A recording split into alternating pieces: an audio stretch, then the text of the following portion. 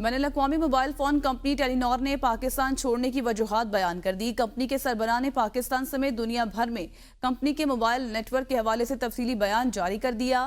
سی ای او ٹیلی نار سیگوے بریک کہتے ہیں کہ پاکستان میں کاروباری ماحول کو اہم چیلنجز درپیش ہیں۔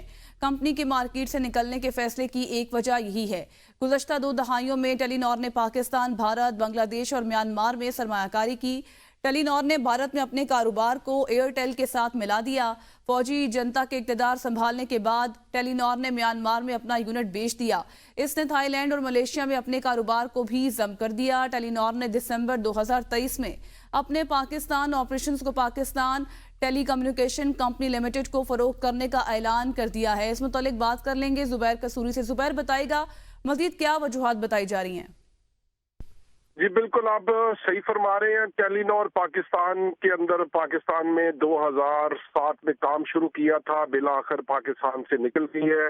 ٹیلی نار کے پاکستان نکلنے کی وجوہات پہلے بیان نہیں کی گئی تھی۔ اب ان کے انٹرنیشنل جو سی او ہے ٹیلی نار کے، اس نے ایک اعلامیہ جاری کیا ہے، ایک انٹرویو ٹائپ چیز جاری ہوئی ہے، جس سے پاکستان میں سرمایہ کاری کو جو ہے اس کو دھچکا لگے گا۔ اس نے کہا ہے کہ پاکستان کے اندر حالات سازگار نہیں تھے، جس کی وجہ سے ہم نکل گئے ہیں۔ انہوں نے انڈیا کی بھی وضاحت کی ہے اور انہوں نے بنگلہ دیش کی بھی وضاحت کی ہے، تھائی لینڈ کی بھی وضاحت کی ہے کہ جہاں جہاں پہ بھی غیر ملکی جو کمپنی ہے، یہ نارویجن کمپنی تھی، یہاں پہ پاکستان میں موبائل فون اور انٹرنیٹ کی سروسز فراہم کر رہی تھی، اس کے حوالے سے انہوں نے تفصیل سے اپنا موقف جاری کیا ہے۔